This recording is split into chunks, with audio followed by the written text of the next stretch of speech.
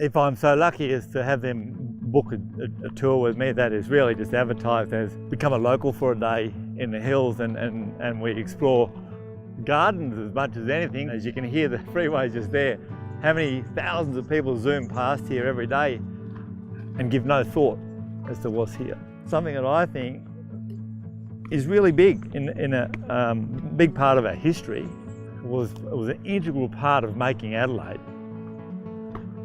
And that this was the veggie patch of Adelaide up here.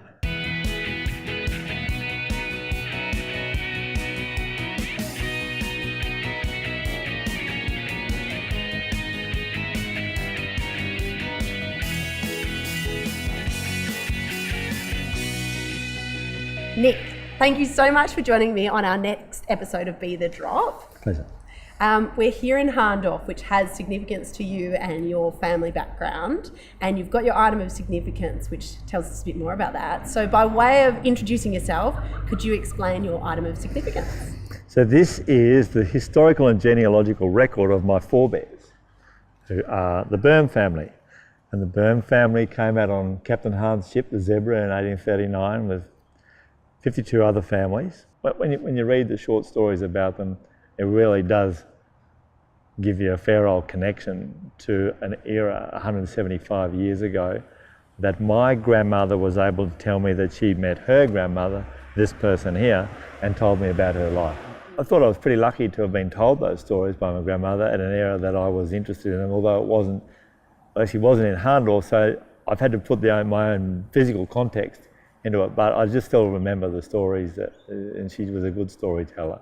Particularly on the Pioneer Women's Trail, they had these little snippets of interesting things happen, one of which my grandmother explained to me was the chaperoning by the local Parramac people to get through the area they called the Tiers, or the stringy bark forest of Crayfors, where it was pretty dangerous territory. There was some pretty unsavoury kind of guys in there, just probably lurking behind trees waiting for bands of women to come through. When did you start the tour business? 2016. 2016, so a couple of years. A couple of years ago.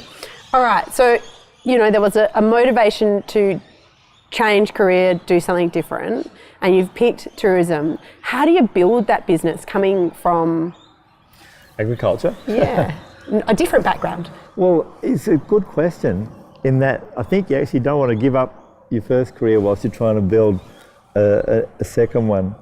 It doesn't come easy, and understanding the marketing, where I should be in social media, the kind of thing for a person born in an era that I was, it's not so easy to pick up. But then there's some things that I find you don't need help in, so storytelling, entertainment, and just being comfortable with people and all cultures, to just take them for a drive, have them with you, have them get out at the end of the day feeling closer, more connected as a world. You're either made for it or you're not. Some people say to me, I couldn't think of anything worse. And that's cool, everyone has their choice, but it is a way of uniting the world. It's just another way of doing it that I feel is a great career path for that way inclined. Mm. And so if you had to think back on those 2 years, what has been your greatest challenge? Overcoming the fear of starting something new and possibly failing. And then thinking, okay, well, what's the worst thing that can happen? We start afresh and realise that we might have been on the wrong path. Well, there's too many other examples of people succeeding to make me think I'd give up. And when storytelling and hospitality and just enjoying the company of other people are a natural fit for my personality, it would probably be hard to fail. As you've seen, you can't shut me up. I love it. And that learning, and sharing of that knowledge, how important do you think that is? Most of our visitors here are from other countries, and for them to hop out and look at Hahndorf, just the architecture is beautiful, quirky and quaint, but without the story, it's only a small percentage of what's really here. Once you add some story to it, once those guides get involved and tell something about what's going on here, then you have a really big picture. And they take home, like what I like to explain as local for a day. We try and make them just feel local for a day, like what it's like to live here and see it through the eyes and add, when you add history onto it, it becomes really fascinating. Yeah. Cultures prior to ours have really prided themselves in that ability to, tell the same stories over and over, and Aboriginal Australia is really good at it. That's how everything got passed down.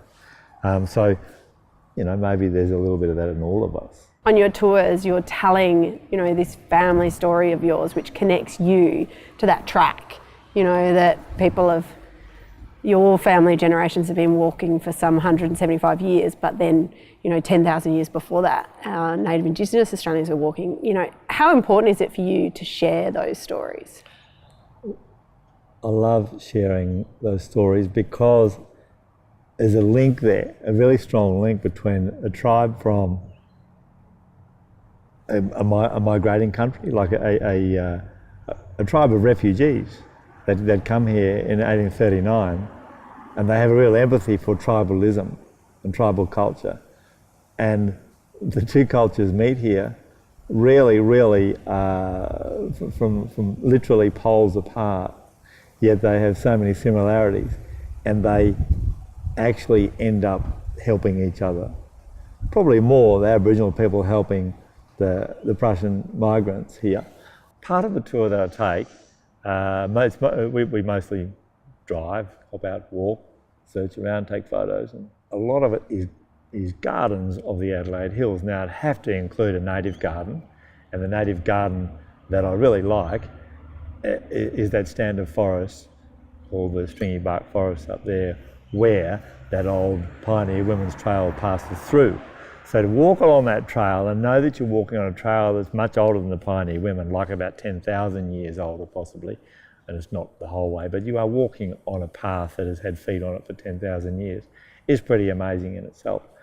And then we can drive on a bit further and see some great views of the top of Mount Lofty, and looking back down the other way down to Adelaide, follow the trail, see what happened in the subsequent 175 years in the development of gardens and agriculture in the Adelaide Hills. If I'm so lucky as to have them book a tour with me, that is really just advertised as become a local for a day in the hills, and we explore gardens as much as anything. As you can hear, the freeway just there. How many thousands of people zoom past here every day and give no thought as to what's here. Something that I think is really big in a big part of our history was an integral part of making Adelaide, and that this was the veggie patch of Adelaide up here. So that's the power of storytelling from it transcends 6 generations there, and the 7th being her parents that came out on the zebra. I reckon it's really important to keep that alive without embellishing it and making it anything more or less than it was. It's really an amazing story, and you can imagine when you go through that trail there, just a little bit of the preservation of Harding Women's Trail and Hyson's Trail as to what it would have been like. So in conclusion, can you share with me Nic's Be the Drop tip? So your Be the Drop tip is your top communication tip for how to connect. I think you have to have an empathy for what people would want to see here.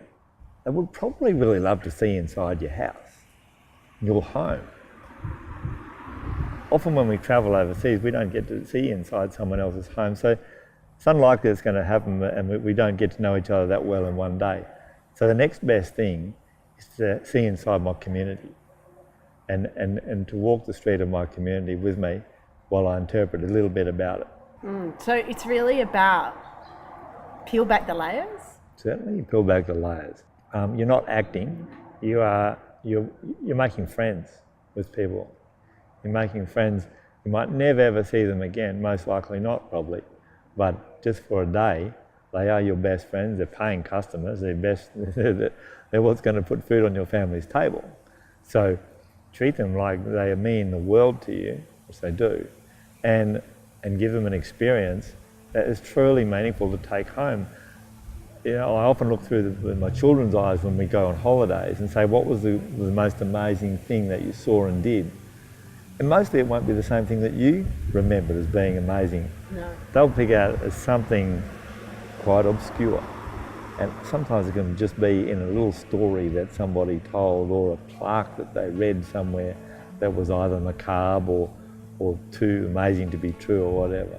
And so to describe to people what it was like for a generation of women, the little bit that I know of how they survived here, I think is a take home for people.